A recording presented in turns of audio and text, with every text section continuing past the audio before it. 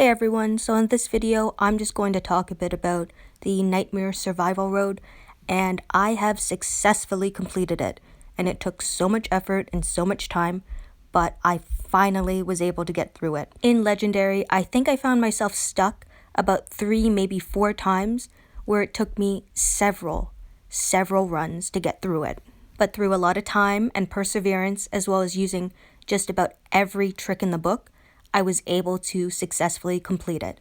So in this video, I'm going to show you some of the film from Legendary Survival Road, show you some pulls from the bullets, as well as give you a few tips on how you can best combat this survival road, which was just so difficult, and if you don't have a deep roster, it's going to be next to impossible. And don't forget to subscribe to my channel for more content and information. Now in Legendary Survival Road, I definitely found any stages where I could use my blue tunes to basically be a breeze. Just my blue tunes are so much stronger, and the synergy between them is that much greater than any other trait color that I have. I think the star of my team is actually Douglas. Like most people would think, Priya or Mercer, but Douglas was amazing for me. This is basically the team that I was running almost the whole time. I wasn't using Mr. Jones as much. I used a lot of Eric in this team actually, and Joshua as well, but Douglas just did amazingly. What I really like about him is he's a Guardian 2 tune, so on a critical hit, he would provide a Guardian shield, which could absorb an attack, and as you see, these tunes have such high stats that they can one-shot a bunch of different 6-stars and do major damage on S-class tunes. So Douglas applied that Guardian Shield. When he rushes, he heals my team, applies Taunt, and then also gives a 50% defense buff. His active skill, when it's able to be used, is also a Confuse active skill. Douglas is just a really great tune to use against walkers and people because he provides that protection that is severely needed against these tunes with heightened stats. So this stage that I'm actually finishing off right now is the last stage in Legendary, and I didn't find it to be that challenging. I decided to use Mr. Jones just because his infection will kill any tune after 3 turns, so long as they aren't able to heal 200% of their HP. I think that in most stages Mr. Jones could be pretty effective just because he's a multiple hit rusher who can have a double attack weapon. So that would mean against walkers, he could get a lot of headshots.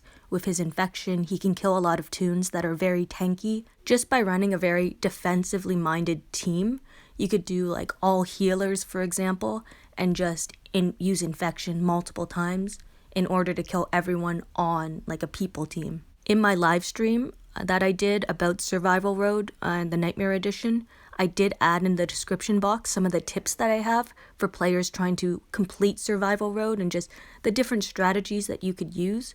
And I mentioned Minerva and how her rush is 66 AP and can apply infection to 2 characters, and that's why she would be a great tune to use as well. Dayu has an active infection, but you can only use an active skill so many times, so Mr. Jones is also a great option for the people who have him. So I'm pretty excited at the multiple pulls that I'm getting off of his cache. I'm really hoping that I can get that last S-Class box, which has a variety of different S-Class items as well as S-Class Sheila. If I did pull it, I think I would just hold on to it because I don't know who I would want to go for, just because of the S-Class shards come in varying amounts, and I already have Princess and Mercer now. Shiva, there's only like 1,000 cards, but then Sheila, for example, it's the straight S-Class, which could be pretty valuable in my opinion. But it would be a difficult decision. So if anyone pulls that box and is unsure of what to do, hold on to it. You don't have to make the decision right away. And who knows, the next event that we have might have a bunch of Shiva cards, for example. So you pulling for the 1,000 Shiva cards might be a waste if for the next few events we're getting Shiva cards. And that's just an example. I don't know if we are or aren't, but being patient is a positive, and you never know what you could get in the end. I'm pretty happy with everything that I've gotten from this stash. I've gotten lots of trainers, which has helped me with level up. I've gotten some S-Class boxes, so that's more S-Class items, and I'm kind of just waiting on those. I was able to use a few of those the other day in order to top up and get my S-Class Princess. my first S-Class princess. So I'm really excited to be able to test run her in War. I should be able to use her this weekend, and I'm excited to try her out and figure out the type of team that I want to run her with. So I just got a Platinum mod, and I'm hoping that it's better than a Lifesteal mod. And this is my last pull on the wheel, and more trainers. So no S-Class box for me, but still, overall, I'm pretty happy with what I got. If I were to do 20 more pulls, then I would get the bonus 30 bennies as well as the varnish, but that would require spending money. So I'm just going to open my Platinum mod. Ooh, Crit Chance Crit set. So that actually looks pretty good, but it's all about how it levels up, and for the most part, all of my Platinum mods that I've leveled up have been really, really bad. So I'm hoping that I get something better out of this one, but at the same time, I don't want to be too hopeful. It just kind of leads to disappointment for me. I need to sell some mods for some mod scraps, and I'm hoping I'll get like a really good level 15 bonus on this mod just because I'm scrapping just my bronze and silver and 1 gold mod. So I'm hoping, really, really hoping that it's something I can use. Even if I can't, it will make my crit damage higher if I use a crit set. So it looks like 42. You know, it's really frustrating because I find most of my Platinum mods are actually worse than a lot of my gold mods, and that's just frustrating because of the amount of effort and energy that it takes to actually get them. I got a lot of them during the last WOC, but none of them really turned out to be great. So it's kind of disappointing because I did 500,000 points in WOC only for me to get, well, bad mods or mods that didn't level up well. So anyway, the stage you're seeing now is Legendary Stage 2. I know a few people have gotten stuck on this stage, and this actually was not the stage that I got stuck on. I got stuck on, I think it was Legendary 5, 9, and 15, where I needed to use yellows and greens, so melee tunes, and just the other tunes were so powerful. I used a lot of unorthodox strategies in order to get through them. And if you notice in the top left corner of my screen, it shows different bonuses that I have. So right after this piece of film, I'm going to show you where I got those bonuses. These bonuses really helped me out, especially when I was in Legendary. But even coming up to Legendary, the crit chance territories were amazing. So in territories, I did my best to take the valuable territories. So Sanctuary gives a plus 5% crit chance for all characters, same as Hilltop. When we go over to the gun range, it gives plus 5% attack for all characters. Wiltshire Estates gives plus 5% defense, which is also extremely valuable. 5% seems pretty low, but it's really effective still. And then the last one is Southern Train Depot, so plus 5% HP.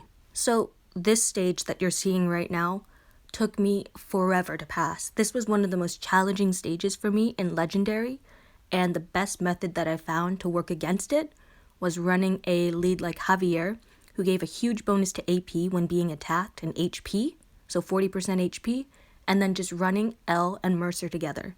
Because these tunes had so much defense and HP and attack, so the best method for me to kill everyone was relying on L's bide. So basically, Mercer and L pain split with each other, and when Mercer rushes, he gives 150% defense, with a huge bonus to AP when being attacked on his weapon and on the lead tune. I was able to complete this stage, and it didn't take me one time. It took me a few times. It took a long time to figure it out. It's just these characters hit so hard, and this was the only method that would work for me because I don't have a lot of melee bleed tunes. So I thought, what other method could I apply? And the best thing I came up with was using bide, because for every 2,000 damage in, it outputs 3,000 damage back, which is a flat amount. And before, if you were noticing, I was only doing like 100 damage a hit, and even with my S-Class tunes, I wasn't doing enough damage fast enough, and any healer that I ended up using ended up dying really fast. So you sometimes have to use unorthodox methods to win. And as I mentioned, you sometimes need to use the most obscure tactic, One of the other tactics I used was running 1 and 2 star tunes with reflect weapons, which oftentimes killed the attacker because their attack was so high and my defense was so low. Another tactic that I used here, and I didn't get to record it, so I'm a little irritated at that, but I could only use red and yellow tunes, and I decided just to run 3 tunes because I figured any other tunes that I added in would only be AP gainers for the opponent, and I wanted Elle and Mercer to get hit a lot. Even Pete getting attacked means he would be rushing more often, so he could revive characters, he could heal them with his active skill. It was just a very synergetic team to use, and it was actually effective, which also surprised me a bit. Another strategy that I implore you to use is understanding how walkers move.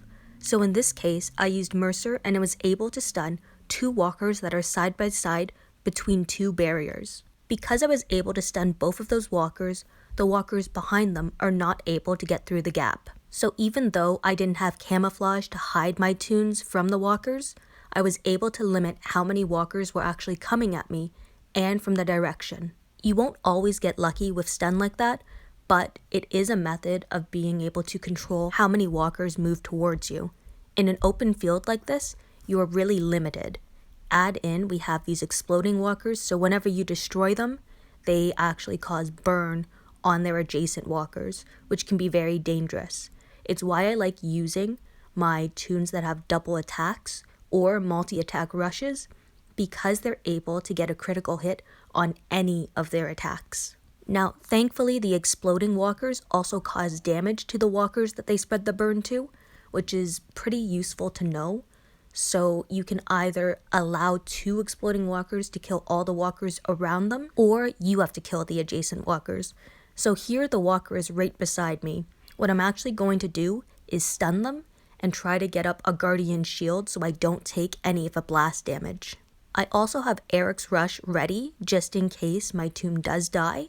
But right now, by stunning these characters, I'm able to use my Douglas first to try and get some guardian shields up and kill the other walkers that could do more damage to me.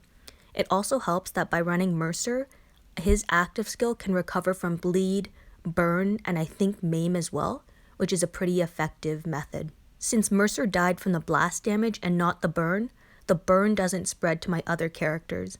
Instead, I was able to use Eric right away to revive him, and now I can just go about normal business and destroy the other walkers that are left. Exploding walkers are really irritating on melee stages, just because you can't attack behind barriers. The best you can really do is allow them to come out from behind the barriers and use a tune like 5-star Green Michonne to camouflage your team. That'll give you multiple turns. I think it's 2 turns where the walkers, unless they have keen sense like a couple of these do, they won't be able to see you, which gives you a couple turns to just knock off one walker after the next. I like that there was a number of walker stages in Legendary because I find walker stages to be a lot easier, even though they have the new walkers that were first introduced in Hordes. It's a lot easier to deal with all these walkers because you can get headshots to kill them, versus when you're against people. Well, the people hit back really hard, and they have special rushes, and they have all these different abilities like reviving, like guardian, like healing, and it can just be really frustrating. Another thing I'd like to note is that in Legendary, there were no payback or bide tunes from what I recall, and even if there was, you would likely be able to rush them because you wouldn't do enough damage to actually trigger their abilities. Well, maybe bide, but so long as you have a guardian shield up, you can take in that bide damage as if nothing happened. So Mr. Jones here is going to be an awesome tune. I applied Infection to Raven right away, so I know that as long as I control her, there's no healing, she's going to die after 3 turns, and this defensive team is pretty tanky. If Jesse rushes, everyone gets a 200% defense bonus. Mercer is a tanky tune with Vitality. The Governor has Indomitable, so he gets really tanky as well. And obviously I'm at a type disadvantage for a lot of these tunes because there's a lot of yellows. But by just running a very defensive-minded team with a lot of control and using Infection to my advantage, it ends the match a lot faster than if I were to use more conventional methods. Anyway, let me know in the comment section below how you found Legendary Survival Road and how far you got. And as always, thank you everyone for watching and listening to my video.